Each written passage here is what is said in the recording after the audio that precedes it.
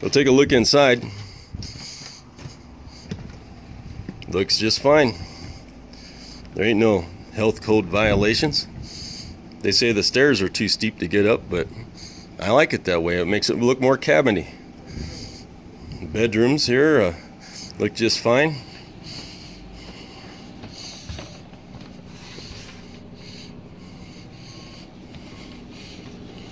Bathroom looks just fine. Toilet flushes just fine.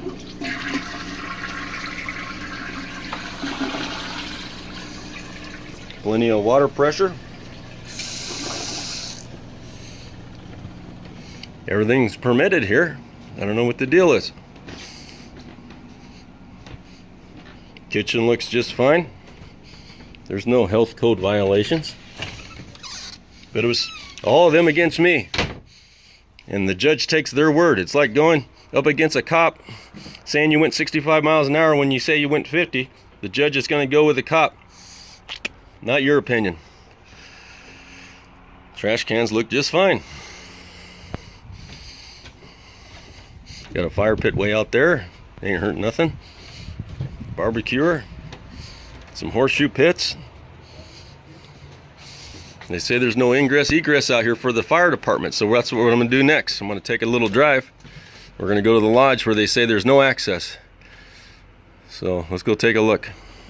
Okay, so I'm here with Jerry Cox, and he's in I met him at the NCFM 40th anniversary conference, and his story is quite incredible, so I asked to interview him about his experiences.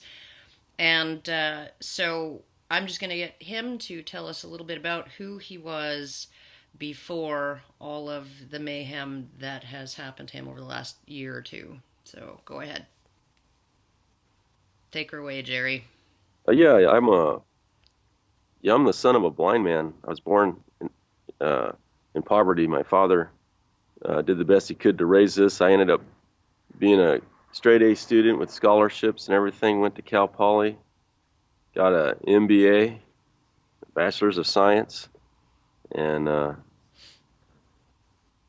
bought a ranch after being successful in LA, working in LA for 6-7 years. I always wanted to kind of get away and get out away from people, and I was raising bison. I had some horses. I built some log cabins, all from scratch. I used my sawmill. Every Wow. board was custom made. Yeah, the cabins on the ranch took about a year and a half a piece to make, and they're permitted and structurally sound and finalled and signed off in the whole 9 yards. And then That's pretty much. you run the ranch as sort of like a dude ranch almost, like for tourists. Yeah, I've always had a dream to let people have experiences up on a ranch. A lot of people never get the opportunity to get out and pick their own vegetables or ride a horse, or the freedom of being out on a ranch. Where you can do what you want as an American back in the old days. There's no cops out there looking at you if you're having a drink and walking around with a BB gun in your hand or whatever you want to do. Well, that sounds really, really nice, and sounds like a very nice life. And this was a lucrative business of yours too, right? Like you earned that. This was your job. This was your living, not just a place where you live, right? Yeah, yeah, it's my livelihood. It's a dream that I had as a kid, and I'm glad I was able to fulfill it. I made it happen. Yeah. There you go. And then you met a woman. How did you meet her? Well, I got on this site, Farmers Only, Uh-huh. and she was on there, and at first, I thought she was just a normal girl, just looking for a guy that maybe start a future, have a family and stuff. And it ended up that the more I got to know her, the more I started to realize that she was kind of off her rocker. Yeah. Well, sometimes it takes a while. Sometimes it happens quick when you get involved with one of the crazy ones. But yeah, so you invited her out to the ranch for a weekend, I think, or something like that. Yeah, I met her like a month and a half before all this happened, and my buddy Aaron, he has a girlfriend named Darlene, and she was a rape victim, and she's like an advocate for people, trying to help people and stuff. And this girl was saying that she was raped before, so my buddy Aaron's girlfriend was trying to play Mama Darlene, and I didn't really think it was that good of an idea. She it was starting to creep me out because this girl would come up with these stories of how she was raped before and everything, and so I didn't spend that much time with her after I met her like a month and a half, and then before all this happened, and then the last week that before the alleged event occurred, I actually avoided her. I didn't see her for the whole week except for the last couple of days of that week. Okay. All right. So essentially, you were sort of involved in a hands-off way with this woman. She had told you guys that she'd been raped before and all of this. You have a friend who works as an advocate and kind of maintained contact with this girl. She was there at your place for a week. Yeah, the last she was there off and on. My friend Aaron and his girlfriend Darlene actually started hanging out with her more than I was, and they Right. started inviting her back to the ranch more so than I did. And I was gone like Monday, Tuesday, Sunday, Monday, Tuesday, and she was on the ranch. And then I came back on Wednesday, and she was at her psychiatrist, which is also, I mean, I guess people have psychiatrists, but she was at her psychiatrist that day, and she was coming to the ranch, and uh, the on Wednesday night I went to bed at 10 o'clock, and she stayed up till like maybe past midnight with my friends. But that was the one of the first nights that she said that she was raped by me. And to be honest with you, I had a full house full of people. I had Aaron, Amando, Darlene, and it's a tiny, tiny little cabin. Good Um, grief. yeah, like an 800 square footer. Um, So everybody's all up in everybody's business, and nothing's going on that people are necessarily not going to know about. no, because there's a guy above me that his name was Amando. I've known him since I was 9. He was in the loft, and then there's a room next door. But the door has a glass door. It's like it's open. Like on my door had a glass door. So uh, in the room next door was Aaron and Darlene. So there was 3 other people in the house. Truth is we all woke up in the morning, uh, had some coffee, and then I went to work with Amando that day. And her alleged story was that she was locked in the cabin all day on Thursday, and I have an alibi and witnesses and the whole 9 yards. It just really strikes me that I even got arrested. Good Um, grief. So, yeah, how did the accusation get to the stage where the police were involved? Like, when did she report? And on under what circumstances? I guess did she go to the yeah, on, police, or was it something else? yeah, on, Because a lot of times a woman will get in trouble about something, and then she'll say, "Well, I was raped," and then she's out of trouble, right? yeah, on Friday, I had customers showing up, and her and Darlene were trying to clean the cabin. It was like 10:30, 11 in the morning, and I walked over to the cabin because we want it clean so when the customers show up, we don't look like a bunch of slobs. Mm-hmm. And I noticed that nothing was cleaned. Uh, Ashley was smoking a cigarette in the rocking chair on the front porch, and so was Darlene. They're both smoking cigarettes and just kind of bullshitting. I walk in the house, and the microwave looked like a cheeseburger went off in there, and the refrigerator was dirty. Everything was dirty. So I just went outside, and I says, "You guys got to go." Yeah. And my buddy Aaron looked at me. He goes, "Me?" I go, "No, not you, bud. These 2 girls, they got to go. They got to get the fuck out of here. They can't clean. This is crazy." And so Ashley looked at me, and she goes, "What?" I go, "Yeah, you guys got to get the fuck out of here. You guys can't clean. I got customers coming. Yeah. They're actually at the gate right now." So Ashley got up and walked down the driveway with Darlene, and that's the last I saw her. Aaron, he actually, and him and I, we actually cleaned the cabin. And he goes, "Yeah, I thought they cleaned it." And I go, "Ah, don't worry about it." we'll clean it. So we cleaned it. Took us about 20 minutes, and then we let the customers in. And what happened was that she went down to the bar with Darlene Uh-huh. for about 3 hours. For about 3 hours, and they drank a bunch of beers. And she's on medication too that says she's not supposed to be drinking, Yeah. and she's actually not even supposed to be driving. But she drank like 3 beers down there at the bar, and then they went to the CHP. And Darlene thought it was just for a battery, like maybe I hit her, Yeah. because Ashley put a bruise on her face with makeup. But then later on in reflection, Darlene goes, "Huh? How come I didn't see that bruise this morning when we were sitting on the porch?"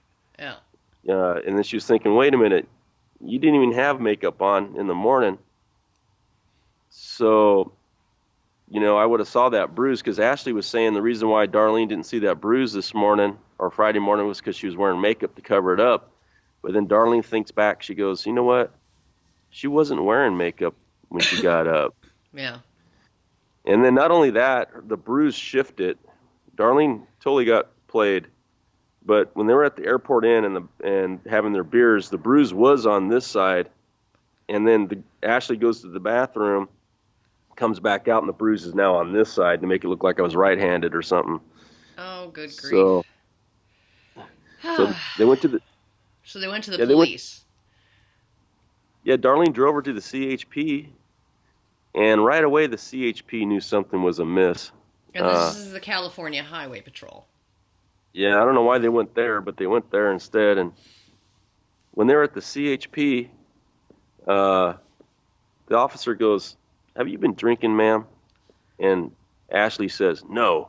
And then Darlene, who drove her there, goes, "That's a damn lie. We just left the airport in. We had 3 or 4 beers." Yeah. So right away she was caught lying. And then the officer says, "Let me see your phone." And then he looks at her phone and he goes, "When did you meet this guy?" And Ashley's caught in another lie right again. Yeah. Uh, Ashley says, "I met him on Wednesday." And the officer goes, "Well, to be honest with you, ma'am, it looks like you've known this guy a month and a half." Yeah. And then, so there's lie number 2 right there. And then the officer goes, "And to be honest with you, too, you look awfully lovey-dovey to me, because that whole last week when I wasn't around, she was texting me, 'Where are you? I want to see you. Yeah. Why haven't you been here?' That kind of thing." Yeah. So, so essentially, she accused you of what to California Highway Patrol? Well, she said they took her in her separate room and they left Darlene out in the open by herself. And Ashley was saying that I did, all these things, sodomy, rape, kidnapping. She's just going crazy on all kinds of stuff. So the sheriff's department showed up, and even though the CHP was not buying the story, he's like, "This girl's nuts." Yeah.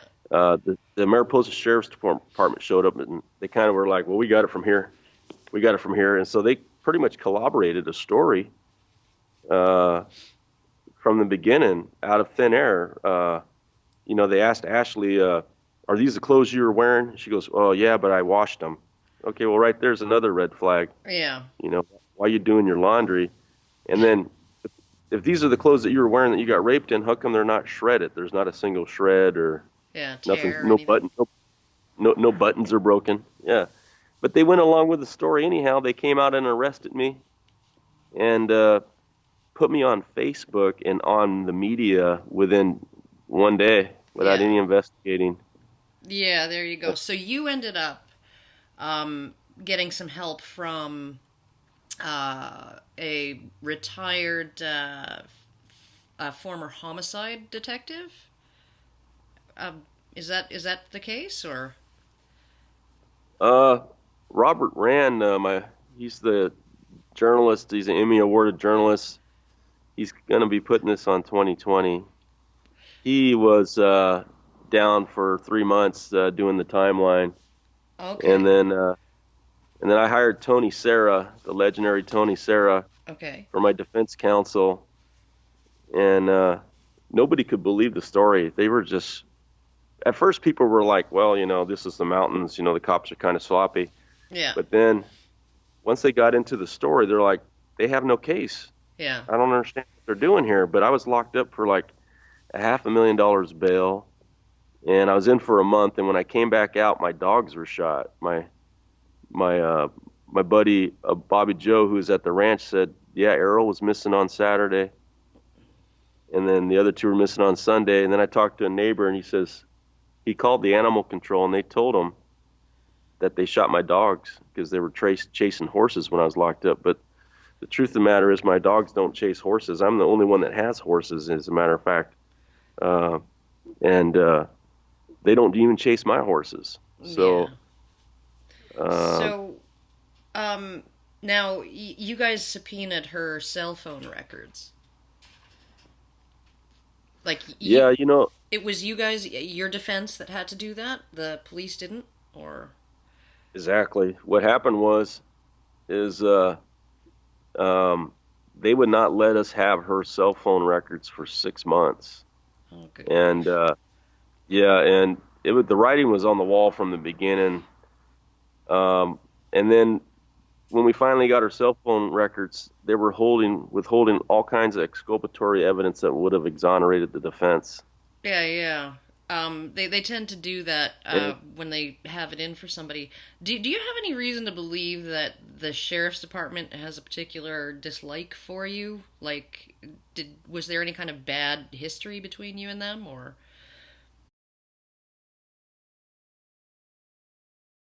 Okay, so we left off with, did you have any reason to believe that maybe there was some kind of bad history between you and the sheriff's department? Or maybe they had a grudge against you over anything else? yeah, I ran some illegal marijuana growers out of the canyon that's behind the ranch, and I'm thinking that could be part of it because whenever I called to have the sheriff come and eradicate these growers, they never did anything, and they were growing illegal cannabis down in the canyon, Hmm. and that's part of the reason I think. Um, Another reason too is the county told me I can't have weddings on the ranch, and I told them I can. They said you can't have a commercial event, and I told them I'm not having a commercial event. I'm having a private party, Yeah, and you can have a private party on private property, there you go. no problem. But they didn't like that, and Okay. they didn't like the fact that I was doing agritourism too, because agritourism means I can have guests come over to my ranch and not pay tax, and they want a TOT tax from everybody. Okay, so I mean, so there's a little bit of a some contention between you and the county and you and the sheriff's department there. All right, so Right. while you were in jail, or after you were exonerated of these, and you were charged on 15 felonies or something like that, and facing how many years in prison if you were convicted? Well, it was like $2 million bail, Mm-hmm. uh, 15 felonies, and I heard it was like it could go up to 3 life sentences. Good That's what I grief. heard. So Yeah. so that's like some serious shit on on bullshit charges. So you were exonerated eventually. The case had to be dismissed, and then the county took your ranch into receivership. Yeah, what it is right about when we found when we had the trombetta to dismiss because we caught the cops destroying evidence. Like they would not when they never took Ashley's phone and protected her phone. Hmm. They let her do whatever she wanted with her phone. And all the messages, like when she said she was locked up, she was on her phone 133 times. Good Uh, grief. and they knew it. And she was even out having margaritas on Thursday night. And they knew that too because somebody came forward from the community that is a really reputable person. But to make a long story short, when they started losing grips with the fake rape case back in October of last year, Hmm. that's when they came up with another plan to do the receivership. And so they did an alleged 101 health violations, they said, which is Okay, not true. so they came in and inspected your ranch. and they say they found a bunch of health and safety violations.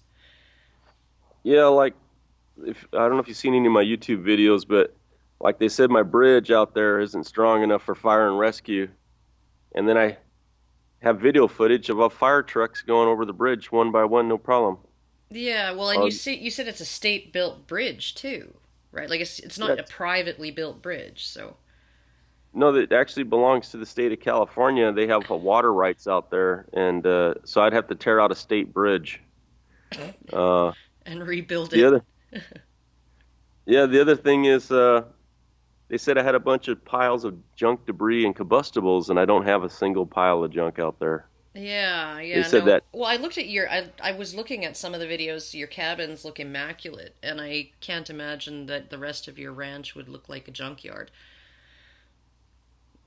yeah, they said there was no ingress egress on the back road to the back cabin, and I have video footage of fire trucks passing each other side by side, no problem. And the only thing out there on that ranch that they can ever talk about is the barn. It's a cattle barn, but it's a cattle barn.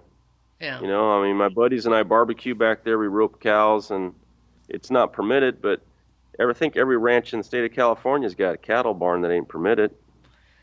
You know, the Good only, grief. the only thing that Well, they when you say it's not permitted, you don't mean it's not allowed. You mean you didn't get permits for it. Like so. yeah, yeah, underneath ag zoning or the Agriculture Homestay Act or even the Williamson Act, which is another ag act, you could build structures for your livestock without permits. But if Mariposa wants to, they can get fishy and sassy and say, okay, we want a permit. Right. Okay. So you're Yeah, allowed to have it. You just did, and you didn't have to go through the official channels to get a permit for it. But they can be pissy about it and nitpicky. But I yeah, mean, they're talking about health code violations and safety violations, in your cabins and things like that, your septic system and all of this stuff, and all of those things you have permits for, and those were all approved by the local authority, right? yeah. Even more so. Some other stuff here. We got a police report out because we went up there on Labor Day, and the armed guards that are at my property, there's three of them Uh, full time. They had their kids and their grandkids there over Labor Day weekend, and they're using my cabins to make meals and use the restroom and everything else. Good grief. So it's either one or two things: it's child endangerment, or the whole health code thing is just a scam. Yeah, no, I think it's probably a scam, and your ranch is worth like it's 500 and some acres. It's 437 acres. Okay, and it's worth how much? What kind of dollar value are we looking at here? Uh, I bought it as raw property, and I didn't pay that much for it, but I have done all these improvements, and it's gone a long way since I bought it. So it's got to be up there $3 or $4 million. So that's a tidy chunk of change, and then they'd be able to get rid of somebody who I don't know, maybe they think is a nuisance, if they just seize it, right? That's essentially what they've done, and they have armed guards posted to keep you off the property. Yeah, they tried to get 200 grand the other day in court for these guards for the 90 days that they're out there. And they're not fixing anything or rehabilitating anything. All the 200 grand is for the guards and for an assessment. Like they're kind of like, well, let's see what we can do here. But So they want that from it, you? yeah, they'll take it out of the property as equity out of the property, and then the minute the receivership is all over with and done, they want to be paid immediately. And if they don't get paid immediately, then they auction your property. It's a big scam. Like another thing that the receiver did is he put on his inventory that my horses were dehydrated and parched, and then he takes a picture of the pond out there. Hmm. So how are my horses dehydrated and parched if they're standing next to a pond? Yeah, no, it's that. I mean, the whole thing seems absolutely ridiculous. And I mean, like this entire sequence of events, and I think that's why I wanted to interview you so badly. It just seems to be so out there, right from start to finish, that I mean, a woman who lied twice in her initial report to police and was caught immediately lying by those police, right? Yep. This stretching into this, potential 3 life sentences for you over something that never happened, and Right. then all the way to this bizarre, we're going to seize his property. And I mean, I can only assume that whatever animosity might have existed on against you by the authorities, the local authorities, and the county, would have been exacerbated by having to having the case dismissed and all of this, right? It's embarrassing, right? Right. But so tell me about what does the local population think about all of this? Well, they're on my side. Uh, Back in 2010, Mariposa did a setup and they framed me for firewood. They made me look like I was the firewood bandit for firewood fraud, which is unheard of. I got 437 acres. You need more firewood. I got plenty. Yeah. But the local community right then and there said, you know what? These guys are after you. This is 2010. And so I started using my alias more, Bronx, as opposed to Jerry Cox, because my father's name's Jerry Cox, and he's a blind man. He's gone. He's not around anymore, but he was super proud of who I was. And I can't use his name because they have me as a firewood bandit. So then in 2015, they had their other chance to nail me against the wall, and they did with that fake rape case. And then being that they lost that, they think they can take your property from you that you worked for, that you've actually built hand by scratch, with a sawmill. Yeah, And that's incredible. Like you're that. It's a very broad range of things that you've done in your life, and the level of expertise in various things that you've managed to acquire. I mean, how old are you, if you don't mind my I'm asking? 48. Oh, No, I'm 48. yeah, no, you've accomplished a lot, by 48, just coming out of poverty, essentially, like you said. Um, and it can all be taken away. And even if you get it back, I mean, like, are you if you if you beat the receivership thing? I mean, like, what kind of help do you have right now in terms of that? Well, I have a real estate attorney that he's just he can't believe what's going on here because we totally got railroaded. We never got to present our side or our findings of fact or any discovery or anything. Basically, Mariposa County had the judgment already printed out before we went to court, and we got railroaded. It was like a super judgment where they can do whatever they want with my property, and we couldn't contest anybody. It's like if you have three CHP officers and they say he was going 65, Yeah. and you're like, no, I was going 45. The judge is going to go, okay, we're going to go with the three CHP officers' testimony. And that's Right. what they did with me, with the health department, building department. They're all crooked. The health department, building department, and planning department, they all said, this is what's going on, Your Honor. And then the judge just goes, okay. And they don't even listen to the truth. Yeah, yeah. The judge says he doesn't even want to see video of the truth, and videos don't lie. I can show you that the cabins are not falling down, that they are up to code, that they are permitted. Yeah. And they actually used my mugshot and some pictures of some guns that weren't mine and some weed hanging from the rafters. It wasn't mine either. It was my buddy Bobby Joe, who has a card. They used a picture of some weed, some guns, and my mugshot as the receiver. They used those pictures to bring into the receivership case, and then they also brought in my arrest record on the 15 charges to persuade the court that he's a bad guy. Let's To take his property. prejudice to prejudice the court. We don't need him around here, and so that's why there's 3 armed guards out there at the ranch with AR-15s. It's ridiculous. Oh my god. So where are you living now? On a couch. That's why I'm not interviewing you in my house. Is I'm out here in some plaza in the middle of Merced because I don't have any place to interview. I can either go to the library or out in public. I'm just staying on a couch with friends and stuff is all I'm doing. Yeah, yeah. And you've had support from the local newspapers? Yeah, the surprisingly enough, the local newspaper is on my side, and that's really rare because usually the local newspaper doesn't switch sides. But they're on my side. They see the corruption. The town sees my corruption. There's a lot of people that are in favor of who I am and what I stand up for, and they're on my side, and they want this to stop. Mariposa County, they can't just say they don't like you, then take your property and try to run you out of town. It's not No, right. no. Uh, It isn't right. Okay, so if you beat the receivership, are you entitled to any kind of compensation for the costs that this has incurred, or I mean, I'm guessing that you don't like have they frozen your bank accounts and all of that along with the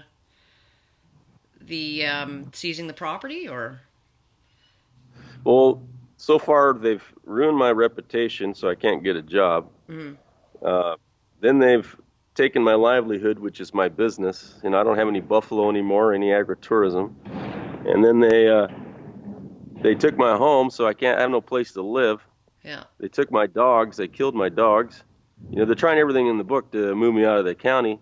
My friends say they've always had an envy thing too on me because I was like 30 years old when I bought this property, and most people in Mariposa are living at the poverty level, I guess. But Right. uh, point is, I earned and worked for everything. I didn't have anything given to me.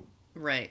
But uh, so when I win, I'll just have to sue the county. They'll end up having to pay me for all my damages for life, and hopefully I'll get the ranch back. And and I'm not leaving Mariposa County. I've put in 15, 16 years of my life building these cabins, and each cabin's like a painting to me. It's a work of art. I, And I feel the same way. I've actually fixed up a house that I previously lived in, and I did have to move, and it was really difficult to let go when you put your own sweat into making it the way you want it. It is kind of like I could never be an artist and sell my paintings because I would always want to keep them. I think, and that I think that really is it does that makes perfect sense to me is what I'm saying is that you don't want to let it go because you've invested so much of your own labor into not just money and hiring a crew but doing the work yourself. Um so so once what happened to your buffalo, your bison rather? well, the fake rape case, I had to sell all my equipment, my bison. I had to sell my truck.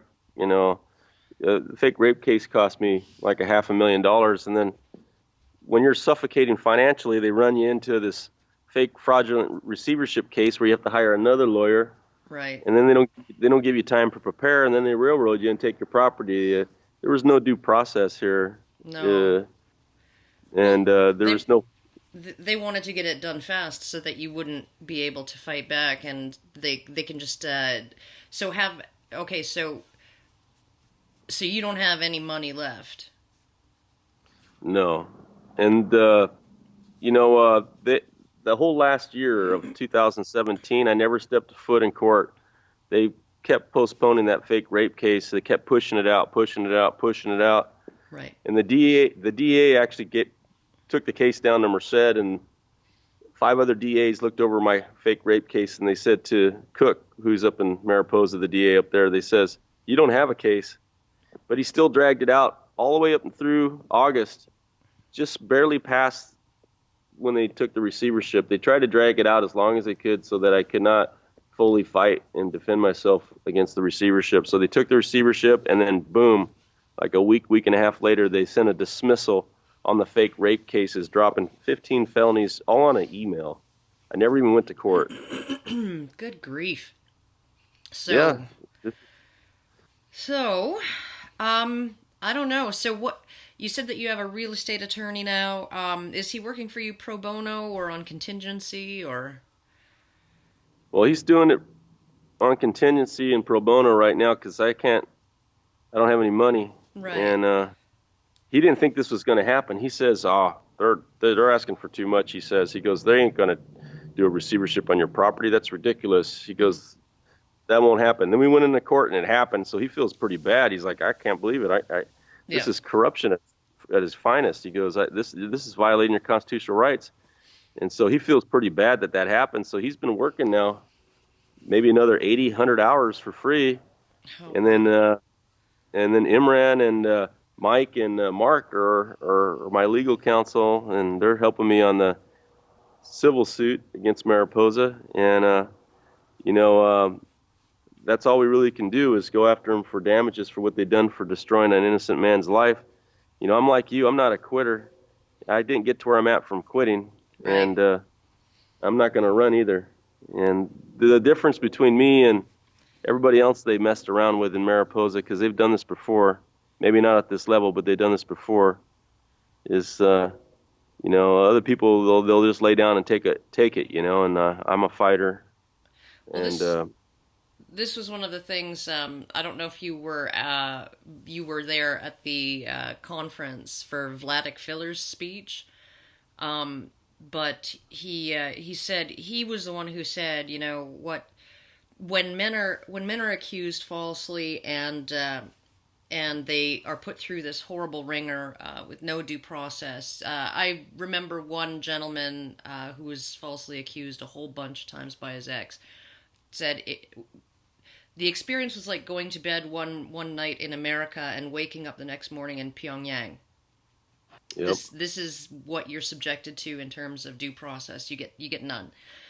And but too many men, I think, it's not that they lie down and take it. It's that the 2 or 5 or 8 year battle just to exonerate themselves takes so much out of them that they just don't want to have. They want to get on with their lives. And Vladik was saying, and I'm glad that you're saying, that needs to be more men need to think about holding these people accountable afterwards, right? Once you've cleared your name, that's not the day that you quit and move on with your life. That's the day that you hit back, right? right. And so I'm really glad that you're looking at suing. And I don't know if there's any option in terms of the receivership to change venue to a different county or something like that. Because I think you'd get a fairer hearing in a court that wasn't attached to Mariposa County. But okay, sorry, go ahead. I said I did pay for an appeal. It was like $875, and then the appeal process can take 2 years, but that doesn't stop them from what they're doing now. The only thing I can do to stop these guys from trying to destroy my home is exposure, to get the word out as much as possible Hmm. how corrupt Mariposa County is and what they're doing is wrong. And then once they get fully exposed, they'll be in the spotlight, and they'll have to do the right thing, give me my property back. Oh, good. And you said something about this story was going to be featured on 2020, and you said the Sacramento Bee and Yeah, these things. and Yeah, Dateline. yeah, the guy Robert Rand putting this on the 2020 Dateline. It takes like 3 months, for them to do that. And the best thing we can do right now is just immediate exposure, because 3 months from now they might run that receivership up to $500,000 just for the damn guards up there at the gate. Right, right. Who aren't doing anything to maintain the property. So it could all, the longer this stretches on, the more your property is going to fall apart. Um, but okay, so is there any way that any of my viewers could contribute to your legal fund? Yeah, there's a GoFundMe page. I use the alias Bronx Huntington because I've had people try to give me death threats and hang rapists on the gate and rapists on the internet when I use Jerry Cox. So Right. I use Bronx Huntington, which is my family name too. Huntingtons are my heritage, or my family tree. But uh, I can send you the link to it if you want to put it below your video. Yeah, yeah, That I would be absolutely helpful. will. I absolutely will, and I will be taking some of the videos from your YouTube channel of to show people at points in this in this interview that exactly what has been taken from you, and ensure that they know that you're not misleading them about the state of your property and the fact that it's very, very nice and well built, and not gonna have beams falling on tourists' children. So I don't know if is there anything else that you would like to say or add or anything like that? Well, I learned a lot. I learned that the government officials will lie in court, and they mentioned I had one permit and 7 structures, and truth of the matter is I have 6 permits and 5 structures, and I can show you the documents. And the judge just listens to these officials that lie, and it's really a rude awakening for me. But I will, if someone wanted to contact the county council, Mariposa, it's Stephen Sdahlem. I can provide you his email, and then Mark Adams is the receiver, the guy that says my horses are starving and the place is running down and there's sewage on the ground. He's trying to concur with the county's theories, Good But grief. yeah. All right. Well, you can shoot me all of those contacts, and I will put them in the low bar under the video as well. The city councilor, you're thinking if people want to send a polite letter of objection to him as to how you're being treated, or Well, yeah, he's this county council. He's supposed to he's voted into position to represent what's fair and honest. right? And by putting my mugshot on the receivership case with some marijuana and some guns, that's totally not right. That's fighting below the belt. Yeah. I wasn't even around. I wasn't even around when they did the raid and they inspected everything. The mugshot, they pulled that from the paper. The guns are actually BB guns. They're my buddies, and the marijuana belongs to my buddy Bobby Joe that has a medicinal card. But they made it look like it was all mine, like I got guns and I smoke weed and here's my mugshot. Yeah, yeah. So, Oh, and here's and here's his list of 15 felony charges. Yeah. yeah, and then the judge goes, "Oh, it didn't do nothing." Well, if it didn't do nothing, then why are there 3 armed guards with AR-15s at my house? Yeah, no, absolutely, absolutely Yeah. unbelievable case. And hopefully this will get it some attention and get you some help. And hopefully when the story comes out on national TV, that will help as well. So, but I guess that's it. Well, I really appreciate everything, Karen, and God bless you, and I hope you have yourself a great day. Yeah, you too. And I will send you the link to the video once it's up, so you can watch it. Thank you, and I'll send you. If you can stand seeing yourself and hearing your own voice, some people can't. Right. All right. Right. All right. So good luck, and I guess Well, this is still America, and you got to fight for who we are, and can't let the local governments make you think like you're living in Mexico. So. true. All right. Well, let's hope we can stick it to them once all this is done and your name's cleared and your property's back. So. Thank you so much. All right. You have a good one. Bye.